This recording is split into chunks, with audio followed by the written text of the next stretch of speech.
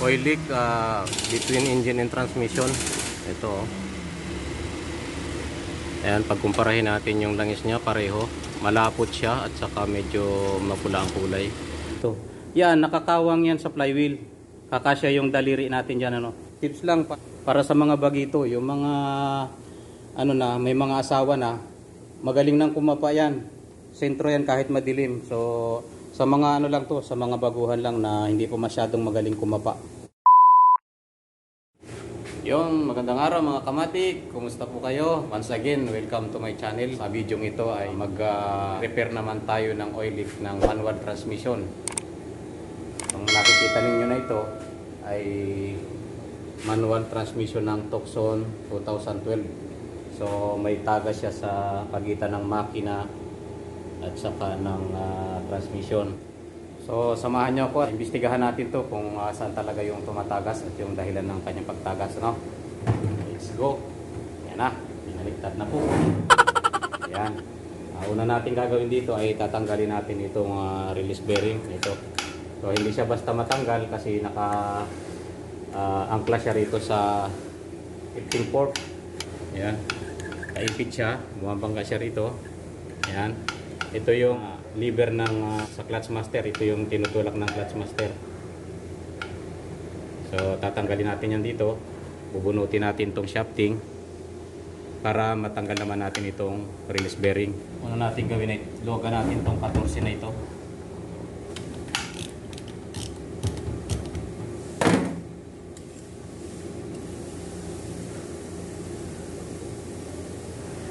Yan, may 14 siya of number 40 na nut. Bubunutin natin to. Yan. Tapos meron siyang plastic busing dito. Tulak natin sa pataas. Yun. Umikot na siya. Ayan oh. Ito yung release bearing na tinatawag. Ito yung tumutulak sa pressure plate. Dito, nakatama siya rito. Pagka tinapakan mo yung iyong clutch pedal, itutulak niya ito.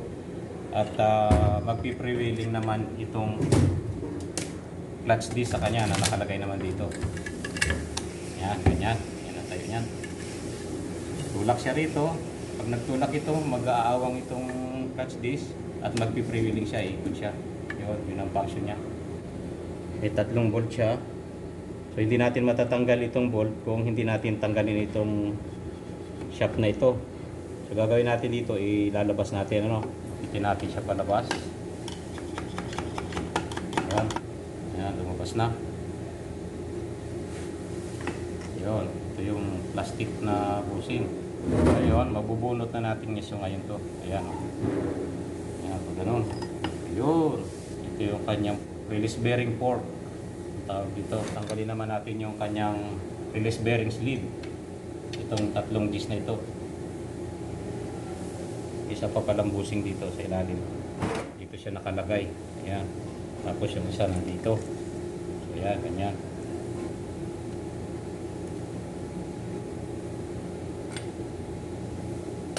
So ito yung kanyang release bearing sleeve. Yan, basa siya oh. So kumpirmado na dito yung tagas niya. Ayan, may oil seal siya. Makita nyo, basa ng langis yung ano, yung lugar. Ayan. Pagka ganyan na may parang malinis siya na pinaghugasan, nahugasan, ibig sabihin yan, dyan ang gagaling yung tagas. So gagawin natin dito ngayon, hugasan muna natin ito lahat, itong buong lugar ng transmission, itong buong katawan, at saka natin siya tatanggalin para palitan ng pyesa. So yon, babalikan ko kayo pagkatapos ng ilang mga patalastas. Welcome back mga kamatik. Malinis na yung ating manual transmission. Malinis na rin yung ating mga pyesa. At kompleto na ating bagong spare parts. Release bearing, oil seal, input seal. At meron din tayong clutch disc at saka pressure plate. Papalitan din natin to. So yun, umpisahan natin ang pagpalit ng oil seal. Kasama si Master Gio on the house. Natin natin yung input seal, tapos itong axle oil seal. Punutin natin itong ano to. Hindi ko na kaya. Yun. So Pag sinikit natin to, ingatan natin tong gilid ng aluminum. Kasi pag naguhitan yon, baliwala yung ano natin, palit natin ng oil seal. Ito yung oil seal niya. Siguradong may tagas ito kasi ano, makintab. Tigas na rin siya. Ito kasi bagong overhaul na ito sa labas. In-overhaul na nila. Nag-overhaul, hindi naman nagpalit ng oil seal. Anong klase yun? Yung may-ari, walang alam yun eh. Kung ano yung sabihin mo, yun lang yung papalitan. Siyempre, yun ang sabi ng mekaniko. Yung mekaniko nakakaalam eh. May-ari, magbabayad yun pagka sinabi mong ano, sira. Hindi sinabi. So, ito na yung bagong ano natin. Input seal. Part number niya 431343911. Lagyan natin ng konting grasa yung loob. Loob lang ha. Yung shafting. Yan. Salpak na natin. Wala tayong special tools. Didiinan lang natin. Talent lang, talent. Ano lang to? Chamba.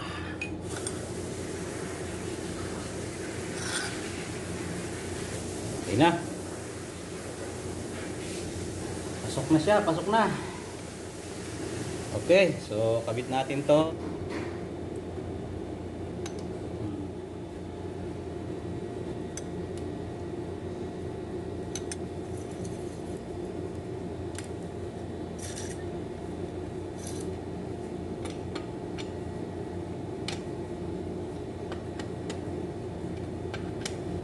Yun. Ito yung ating release bearing sleeve. Kabit naman natin tong natin ng grasa sa loob. Tapos ito nakasalpak to rito. Lagyan din natin ng grasa dito. Yun. Kita pa? O, ganyan ang pagsalpak nya. Yan. Tapos pasok lang natin dito. Yan. Itong isa na to, dito naman siya sa kabila. Meron siyang guide para hindi umikot-ikot yung ating busing. Walang grasa to rin sa labas. Nakapasok na. Ganun lang yun. Ngayon ay maglalagay tayo ng release bearing. Gagawin naman natin dito, lagyan natin ng grasa ito. Huwag masyadong marami ha. Yan, hindi masyadong marami. Tapos ito rin, itong tips ng ano na to, fork. Para pag sumahid siya rito, hindi siya tumutunog-tunog. Kasi yung iba, pag sinalpak, umiingit-ingit yan. So yun. Wala naman siyang left and right. So salpak na natin. Yun. Yun na. So, tanggalin natin yung mga excess na grasa. Kasi pupunta yan sa clutch lining pagka sobra sa grasa. Ganyan ang function yan kapag naka ano na siya. Pag tinapakan mo yung clutch pedal, gumaganya siya. Yan, patulak. Okay, lagay naman natin dito sa kabila yung lagayan ng secondary master. Meron din itong guide, hindi kayo maliligaw dito. Doon. Yan o. So, nakasalpak na. Lagyan natin ng washer at saka nut. Lang natin to.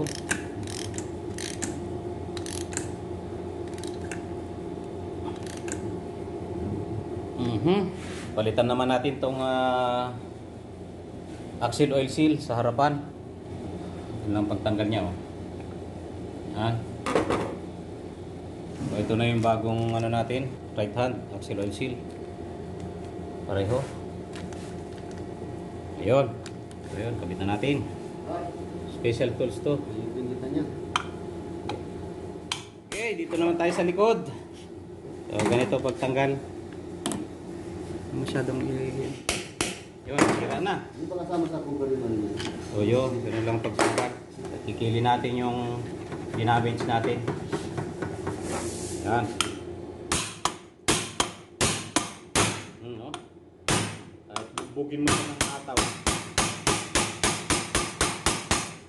ready na tayo magkabit mga kamatik. Punta naman tayo dun sa sasakyan at magkakabit naman tayo ng flash disc at saka pressure plate. At saka magpapalit din tayo ng rear engine oil seal. So, palit tayo ng rear engine seal. Tanggalin natin tong flywheel. Gamit tayo ng 17mm na socket.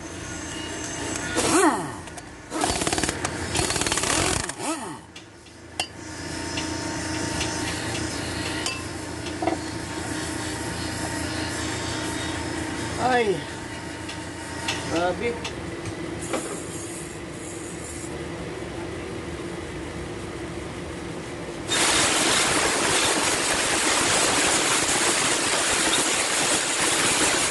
Tanggalin natin yung oil seal, yung luma. Original pa ito. Yung silicone sa gilid, oh. Ito yung bagong oil seal natin. Kaya natin ng konting rasa sa loob.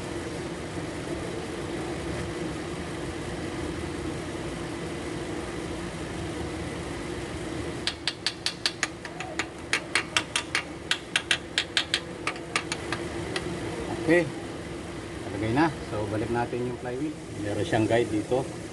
Meron din dito. Yan, butas. Pinantapatan niya.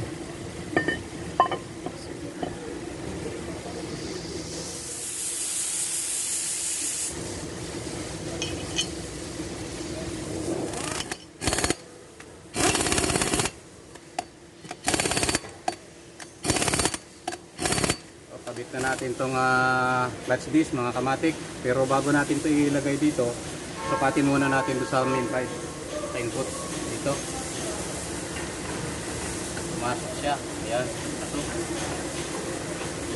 Sabihin okay yung clutch. So technique mga kamatik sa pagkakabit nitong clutch disc sa manual transmission.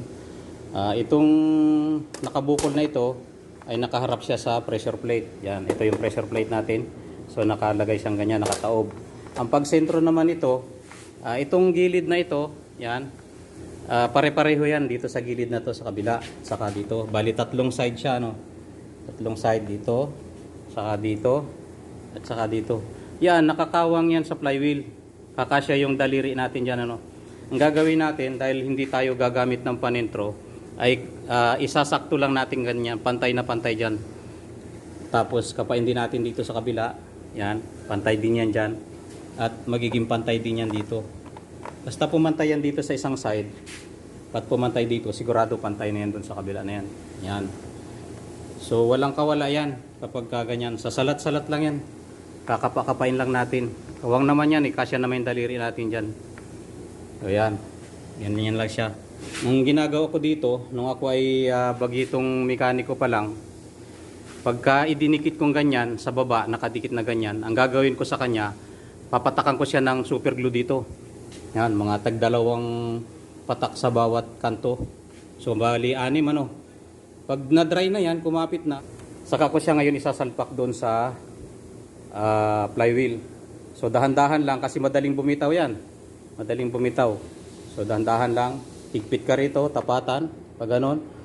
Pag kumapit na yung dalawang side o tatlong tapatan na ganyan, sigurado na yun muna unahin mong pantay na higpitan. At tapos na, sentro na. Walang ano yun, walang dudang siguradong sentro yun. So ganun lang yung technique. Tips lang para sa mga bagito, yung mga ano na, may mga asawa na, magaling nang kumapa yan. Sentro yan kahit madilim. So sa mga ano lang to, sa mga baguhan lang na hindi po masyadong magaling kumapa. Yun lang. Kasi wala itong pilot bearing, so ibig sabihin wala tayong pagsasaksakan nung ano doon, nung input drive. Kasi yung input drive naman ito hanggang dito lang, sakto lang hanggang dito yung input drive. So yun, ang ginagawa natin ay walang guide na gamit, kapa-kapa lang.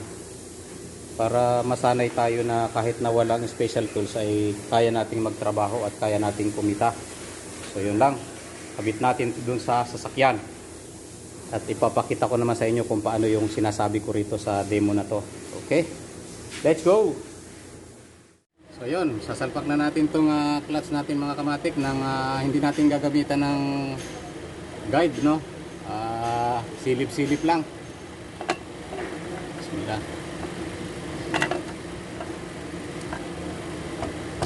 Yan.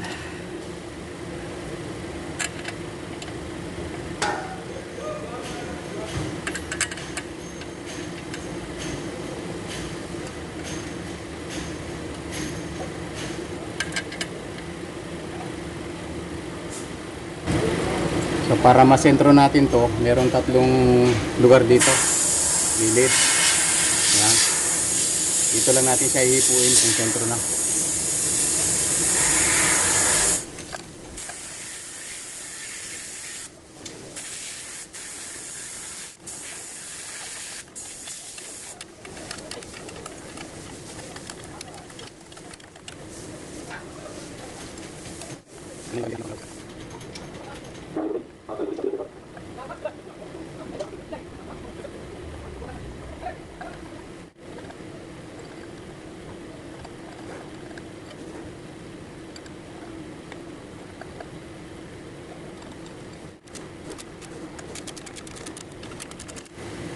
So yun, nakakabit na yung clutch set natin, pressure plate. Sentro na yan, garantisado. Hindi natin ginamitan ng panentro, pinapa lang natin sa gilid. Yan, kabit natin yung transmission at para kompleto na natin to at may rotis. Ha? Ha? Did I call anybody? No. Yes.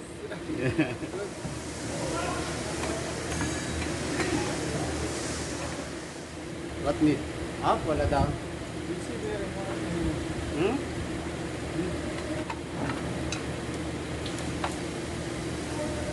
Okay, push, push.